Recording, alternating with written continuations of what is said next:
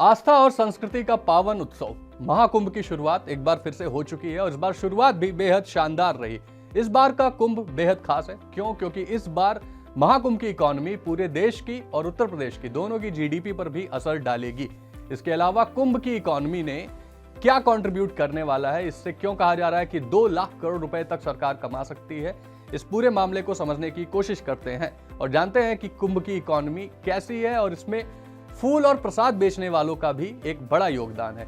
क्या है पूरा मामला, चलिए समझने की कोशिश करते हैं। नमस्कार, मेरा नाम है सत्यम और आप देख रहे हैं मनी नय। सबसे पहले बात करते हैं कि सरकारी आंकड़े क्या कहते हैं कुंभ की इकोनॉमी को लेके। तो इस कुंभ की इकोनॉमी में तकरीबन 40 करोड़ से ज्यादा श्रद्धालुओं की आने की उम्मीद है, जिससे तकरीबन 2 लाख करोड़ रुपयों का इकोनॉमिक टर्नओवर होता हुआ दिखाई देगा। सरकार के मुताबिक अगर 40 करोड़ श्रद्धालु आते हैं और पर व्यक्ति 5,000 रुपए का औसतन खर्च का एस्टिमेट किया जाए तो यहां से हमें 2 लाख करोड़ रुपए जनरेट होते हुए दिखाई देंगे।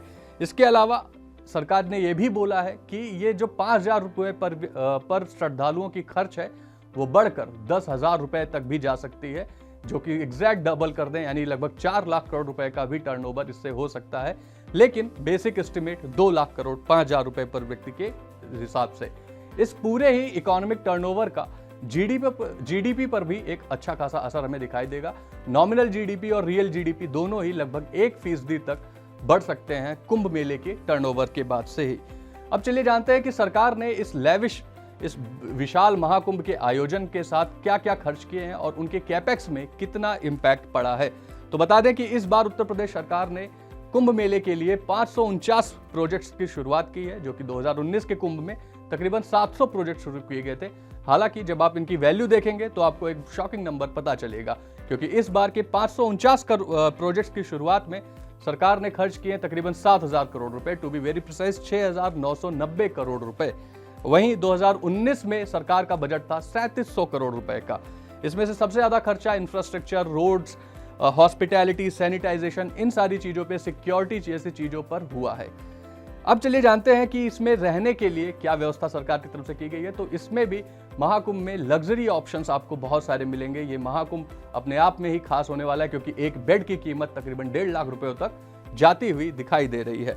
बात करते हैं कि लग्जरी व्यवस्थाएं क्या क्या हैं। तो तकरीबन 1.5 लाख टेंट लगाए गए हैं कुंभ मेला के क्षेत्र में, जिसमें से 2200 लग्जरी टेंट है और इन लग्जरी टेंट्स की कीमत 18,000 रुपए पर नाइट से लेकर 1 लाख रुपए पर नाइट तक जाती हुई दिखाई दे रही है, जिसमें से 44 टेंट जो 1 लाख रुपए से ज्यादा या उसके आसपास की कीमत है वो फुल्ली बुक भी हो चुके हैं।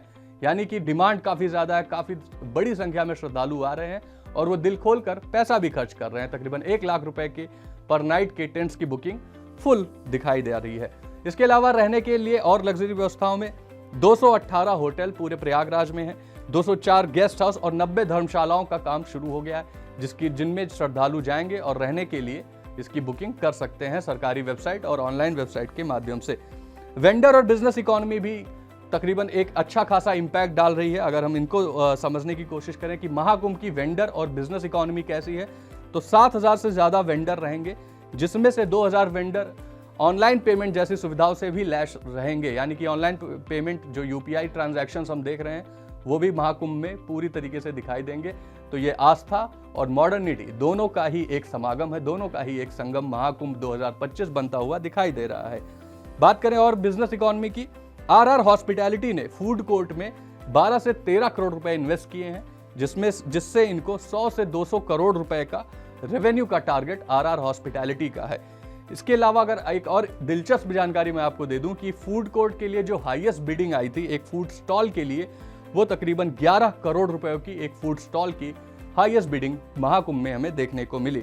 स्मॉल बिजनेसेस भी महाकुंभ की इकोनॉमी के बड़े ग्रोथ ड्राइवर बन के आएंगे, क्योंकि वहां पे छोटे ठेले, छोटे वेंडर्स, ये सब भी इकोनॉमी में बड़ा इंपैक्ट डालते हुए दिखाई दे रहे हैं।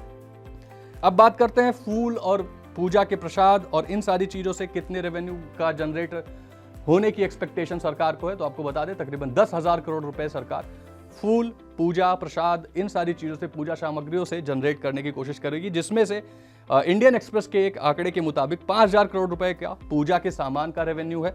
वहीं 4,000 करोड़ डेयरी प्रोडक्ट्स, 800 करोड़ का फूल से रेवेन्यू, फ्लावर से, 2,500 करोड़ का जलावन लकड़ी जो साधुओं के लिए लकड़ी जलाने के लिए इस्तेमाल की जाएगी उसका, और 6,000 करोड़ रुपए का हॉस्पिटैलिटी से रेवेन्यू, तकरीबन 10,000 करोड़ रुपए से ऊपर जो है फूल पूजा और प्रसाद का रेवेन्यू जाता हुआ दिखाई दे रहा है।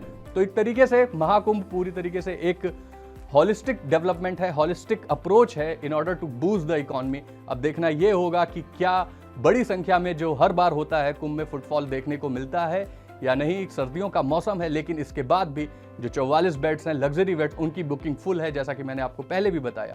तो अब महाकुंभ की शुरुआत हो चुकी है। देखते हैं कि ये इकोनॉमी में और देश के जीडीपी पर, टूरिज्म में क्या इंपैक्ट डालती है। आपका इस पूरे मामले पर क्या व्यू है, हमें कमेंट में जरूर बताएं। वह ऐसे ही वीडियोस के लिए देखते रहें मनी 9।